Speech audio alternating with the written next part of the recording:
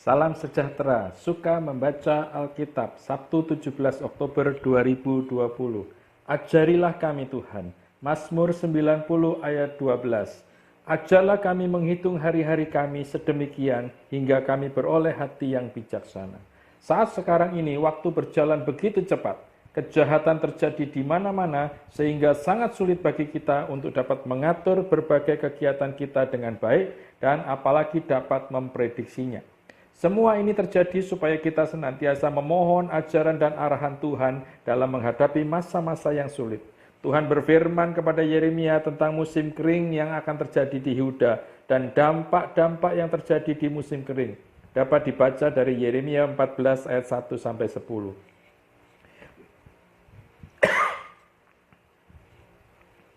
Mengapa Tuhan berfirman demikian kepada Yeremia? Bahkan ayat 11 menuliskan sebuah pernyataan yang sangat mengerikan bagi hati kita semua. Tuhan berfirman kepada Yeremia agar tidak berdoa untuk kebaikan bangsa ini. Mengapa Tuhan melarang Yeremia berdoa demikian? Karena ia telah menolak mereka dan memurkai mereka atas ketidaksetiaan mereka kepadanya. Ayat 17-22, ayat 15. Bukankah sangat mengerikan bila Tuhan sudah berkeputusan untuk menghukum atas perilaku dan perbuatan umat yang tidak setia?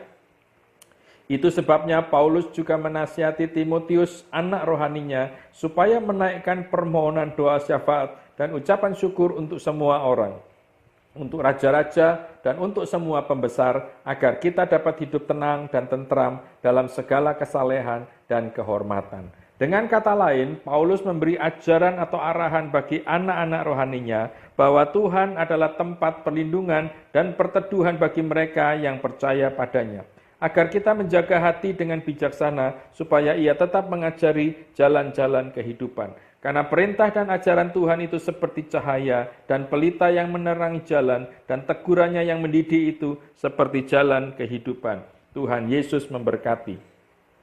Mazmur 90, Allah tempat perlindungan yang kekal. Doa Musa abdi Allah, Tuhan, Engkaulah tempat perteduhan kami turun-temurun. Sebelum gunung-gunung dilahirkan dan bumi dan dunia diperanakkan, bahkan dari selama-lamanya sampai selama-lamanya, Engkaulah Allah. Engkau mengembalikan manusia kepada debu dan berkata, kembalilah hai anak-anak manusia, sebab di matamu 1000 tahun sama seperti hari kemarin, apabila berlalu atau seperti suatu giliran jaga di waktu malam. Engkau menghanyutkan manusia, mereka seperti mimpi, seperti rumput yang bertumbuh di waktu pagi, berkembang dan bertumbuh, dan di waktu petang lisut dan layu. Sungguh kami habis lenyap karena murka-Mu, dan karena kehangatan amarah-Mu kami terkejut. Engkau menaruh kesalahan kami di hadapan-Mu dan dosa kami yang tersembunyi dalam cahaya wajah-Mu. Sungguh segala hari kami berlalu karena gemas-Mu. Kami menghabiskan tahun-tahun kami seperti keluh. Masa hidup kami 70 tahun, dan jika kami kuat 80 tahun. Dan kebanggaannya adalah kesukaran dan penderitaan, sebab berlalunya buru-buru dan kami melayang lenyap. Siapakah yang mengenal kekuatan murka-Mu dan takut kepada gemas-Mu? Ajarlah kami menghitung hari-hari kami sedemikian, hingga kami beroleh hati yang bijaksana. Kembalilah ya Tuhan, berapa lama lagi, dan sayangilah hamba-hamba-Mu. Kenyangkanlah kami di waktu pagi dengan kasih setia-Mu, supaya kami bersorak-sorai dan bersukacita semasa hari-hari kami. Buatlah kami bersukacita seimbang dengan hari-hari Engkau menindas kami, seimbang dengan tahun-tahun kami mengalami celaka. Biarlah kelihatan kepada hamba-hamba-Mu perbuatan-Mu dan semarak-Mu kepada anak-anak mereka. Kiranya kemurahan Tuhan Allah kami atas kami dan teguhkanlah perbuatan tangan kami, ya perbuatan tangan kami, teguhkanlah itu. Yeremia 14-15 mengenai musim kering. Firman Tuhan yang datang kepada Yeremia mengenai musim kering. Yehuda berkabung, pintu-pintu gerbangnya rebah, dan dengan sedih terhantar di tanah. Jeritan Yerusalem naik ke atas. Pembesar-pembesarnya menyuruh pelayan-pelayannya mencari air. Mereka sampai ke sumur-sumur tetapi tidak menemukan air, sehingga mereka pulang dengan kendi-kendi kosong. Mereka malu, mukanya menjadi merah, sampai mereka menyelubungi kepala mereka. Pekerjaan di ladang sudah terhenti, sebab hujan tiada turun di negeri. Maka petani-petani merasa kecewa dan menyelubungi kepala mereka. Bahkan rusa betina di padang meninggalkan anaknya yang baru lahir, sebab tidak ada rumput muda. Keledai-keledai hutan berdiri di atas bukit gundul, mengap-mengap seperti serigala. Matanya menjadi lesu, sebab tidak ada rumput. Sekalipun kesalahan-kesalahan kami bersaksi melawan kami, bertindaklah membela kami ya Tuhan, oleh karena nama-Mu. Sebab banyak kemurtatan kami telah berdosa kepadamu. Ya pengharapan Israel, penolongnya di waktu kesusahan. Mengapakah engkau seperti orang asing di negeri ini? Seperti orang perjalanan yang hanya singgah untuk bermalam? Mengapakah engkau seperti orang yang bingung? Seperti pahlawan yang tidak sanggup menolong? Tetapi engkau ada di antara kami ya Tuhan, dan nama-Mu diserukan di atas kami. Janganlah tinggalkan kami. Beginilah firman Tuhan tentang bangsa ini. Mereka sangat senang mengembara dan tidak menahan kakinya. Sebab itu Tuhan tidak berkenan kepada mereka, tetapi sekarang Ia mau mengingat kesalahan mereka dan mau menghukum dosa mereka. Tuhan berfirman kepadaku, janganlah engkau berdoa untuk kebaikan bangsa ini. Sekalipun mereka berpuasa, aku tidak akan mendengarkan seruan mereka. Sekalipun mereka mempersembahkan korban bakaran dan korban sajian, aku tidak akan berkenan kepada mereka. Melainkan aku akan menghabiskan mereka dengan perang, dengan kelaparan dan dengan penyakit sampar. Lalu aku berkata, aduh Tuhan Allah, bukankah para nabi telah berkata kepada mereka, kamu tidak akan mengalami perang dan kelaparan tidak akan menimpa kamu, tetapi aku akan memberikan kepada kamu damai sejahtera yang mantap di tempat ini.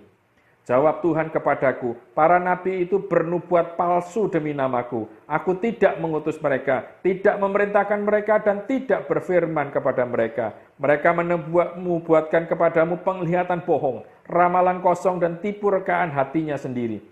Sebab itu beginilah firman Tuhan mengenai para nabi yang bernubuat demi namaku, padahal aku tidak mengutus mereka, dan yang berkata perang dan kelaparan tidak akan menimpa negeri ini. Para nabi itu sendiri akan habis mati oleh perang dan kelaparan. Dan bangsa yang kepadanya mereka bernubuat akan tercampak mati di jalan-jalan Yerusalem, disebabkan oleh kelaparan dan perang, dan tidak ada orang yang akan menguburkan mereka. Mereka sendiri, istri-istri mereka, anak-anak mereka yang laki-laki dan yang perempuan, demikianlah akan kutumpahkan kejahatan mereka ke atas mereka. Katakanlah perkataan ini kepada mereka, air mataku bercucuran siang dan malam dengan tidak berhenti-henti. Sebab anak darah putri bangsaku dilukai dengan luka parah, luka yang sama sekali tidak tersembuhkan. Apabila aku keluar ke padang, di sana ada orang-orang yang mati terbunuh oleh pedang. Apabila aku masuk ke dalam kota, di sana ada orang-orang sakit kelaparan. Bahkan baik nabi maupun imam menjelajah negeri yang tidak dikenalnya. Telah kau tolakkah Yehuda sama sekali? Telah merasa muakkah engkau terhadap Sion? Mengapakah kami kau pukul sedemikian hingga tidak ada kesembuhan lagi bagi kami? Kami mengharapkan damai sejahtera, tetapi tidak datang sesuatu yang baik. Mengharapkan waktu kesembuhan, tetapi hanya ada kengerian. Ya Tuhan, kami mengetahui kefasikan kami dan kesalahan nenek moyang kami. Sungguh kami telah berdosa kepadamu. Janganlah engkau menampik kami oleh karena nama-Mu, dan janganlah engkau menghinakan tahta kemuliaan-Mu. Ingatlah perjanjian-Mu dengan kami, janganlah membatalkannya. Adakah yang dapat menurunkan hujan di antara dewa kesia-siaan bangsa-bangsa itu? Atau dapatkah langit sendiri memberi hujan lebat? Bukankah hanya engkau saja ya Tuhan Allah kami, pengharapan kami, yang membuat semuanya itu? Tuhan berfirman kepadaku, sekalipun Musa dan Samuel berdiri di hadapanku, hatiku tidak akan berbalik kepada bangsa ini. Usirlah mereka dari hadapanku, biarlah mereka pergi. Dan apabila mereka bertanya kepadamu, kemanakah kami harus pergi? Maka jawablah mereka, beginilah firman Tuhan, yang ke maut, ke mautlah. Yang ke pedang, ke pedanglah. Yang ke kelaparan, ke kelaparanlah. Dan yang ke tawanan, ke tawananlah. Aku akan mendatangkan atas mereka 4 hukuman. Demikian firman Tuhan. Pedang untuk membunuh, anjing-anjing untuk menyeret-nyeret, burung-burung di udara, dan binatang-binatang di bumi untuk memakan dan menghabiskan. Dengan demikian aku akan membuat mereka menjadi kengerian bagi segala kerajaan di bumi. Oleh karena segala apa yang dilakukan Manasye bin Hizkia, Raja Yehuda di Yerusalem. kedahsyatan yang ditimbulkan oleh perang. Siapakah yang akan merasa kasihan terhadap engkau, hai Yerusalem? Dan siapakah yang akan turut berduka cita dengan engkau? Siapakah yang akan singgah untuk menanyakan perihal kesehatanmu? Engkau sendiri telah menolak aku, demikianlah firman Tuhan. Telah pergi meninggalkan aku, maka aku mengacungkan tanganku dan membinasakan engkau. Aku sudah jemu untuk merasa sesal. Aku menampi mereka dengan tampi di kota-kota negeri. Aku membuat umatku kehilangan anak dan membinasakan mereka, karena mereka tidak berbalik dari tingkah langkah mereka. Janda-janda di antara mereka kubuat lebih besar jumlahnya daripada pasir laut. Aku mendatangkan ke atas ibu dan teruna suatu pembinasa pada tengah hari. Dengan tiba-tiba aku menurunkan ke atas mereka kegelisahan dan kekejutan. Maka meranalah perempuan yang sudah 7 kali melahirkan. Nafasnya mengap-mengap. Baginya matahari sudah terbenam selagi hari siang. Ia menjadi malu dan tersipu-sipu. Sisa mereka akan kuserahkan kepada pedang di depan musuh-musuh mereka. Demikianlah firman Tuhan. Pergumulan Nabi Yeremia, celaka aku ya ibuku, bahwa engkau melahirkan aku, seorang yang menjadi buah perbantahan dan buah percederaan bagi seluruh negeri. Aku bukan orang yang menghutangkan ataupun orang yang menghutang kepada siapapun, tetapi mereka semuanya mengutuki aku. Sungguh ya Tuhan, aku telah melayani engkau dengan sebaik-baiknya dan telah membela musuh di depanmu pada masa kecelakaannya dan kesesakannya. Dapatkah orang mematahkan besi dari utara dan tembaga? Harta kekayaanmu dan barang-barang perbendaharaanmu akan kuberikan dirampas sebagai ganjaran atas segala dosamu di segenap daerahmu. Aku akan membuat engkau menjadi budak musuhmu di negeri yang tidak kau kenal, sebab dalam murkaku telah mencetus api yang akan menyala atasmu. Engkau mengetahuinya ya Tuhan, ingatlah aku dan perhatikanlah aku. Lakukanlah pembalasan untukku terhadap orang-orang yang mengejar aku. Janganlah membiarkan aku diambil, karena panjang sabarmu. Ketahuilah bagaimana aku menanggung celaan oleh karena engkau. Apabila aku bertemu dengan perkataan-perkataanmu, maka aku menikmatinya. Firman-Mu itu menjadi kegirangan bagiku dan menjadi kesukaan hatiku, sebab nama-Mu telah diserukan atasku, ya Tuhan, Allah semesta alam.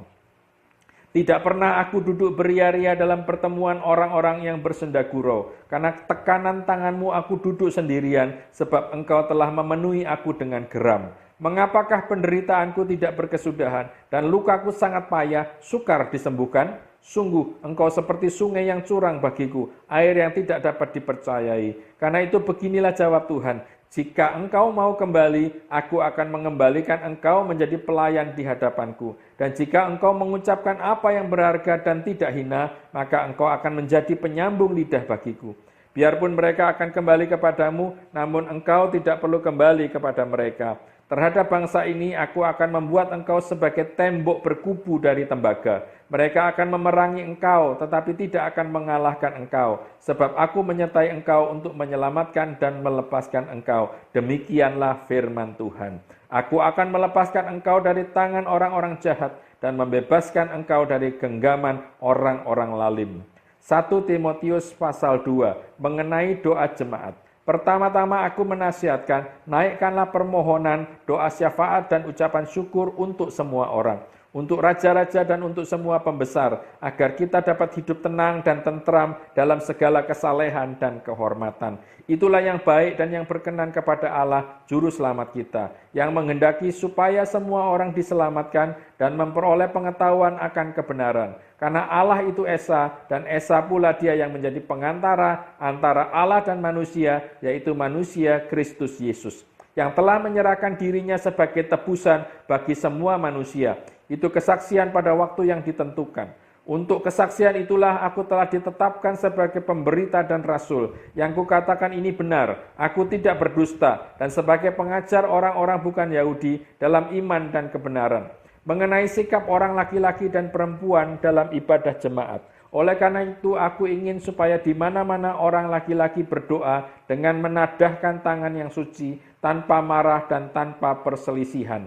Demikian juga hendaknya perempuan, hendaklah ia berdandan dengan pantas, dengan sopan dan sederhana, rambutnya jangan dikepang-kepang, jangan memakai emas atau mutiara, ataupun pakaian yang mahal-mahal. Tetapi hendaklah ia berdandan dengan perbuatan baik, seperti yang layak bagi perempuan yang beribadah. Seharusnya lah perempuan berdiam diri dan menerima ajaran dengan patuh. Aku tidak mengizinkan perempuan mengajar dan juga tidak mengizinkannya memerintah laki-laki. Hendaklah ia berdiam diri, karena Adam yang pertama dijadikan, kemudian barulah Hawa. Lagi pula bukan Adam yang tergoda, melainkan perempuan itulah yang tergoda dan jatuh ke dalam dosa. Tetapi perempuan akan diselamatkan karena melahirkan anak, asal ia bertekun dalam iman dan kasih dan pengudusan dengan segala kesederhanaan. Amsal 6 ayat 20-26. Nasihat tentang perzinahan. Hai anakku, peliharalah perintah ayahmu dan janganlah menyia-nyiakan ajaran ibumu. Tambatkanlah senantiasa semuanya itu pada hatimu. Kalungkanlah pada lehermu. Jikalau engkau berjalan, engkau akan dipimpinnya. Jikalau engkau berbaring, engkau akan dijaganya. Jikalau engkau bangun, engkau akan disapanya. Karena perintah itu pelita, dan ajaran itu cahaya, dan teguran yang mendidik itu jalan kehidupan, yang melindungi engkau terhadap perempuan jahat, terhadap kelicikan lidah perempuan asing. Janganlah menginginkan kecantikannya dalam hatimu, janganlah terpikat oleh bulu matanya, karena bagi seorang sundal, sepotong rotilah yang penting, tetapi istri orang lain memburu nyawa yang berharga. Tuhan Yesus memberkati.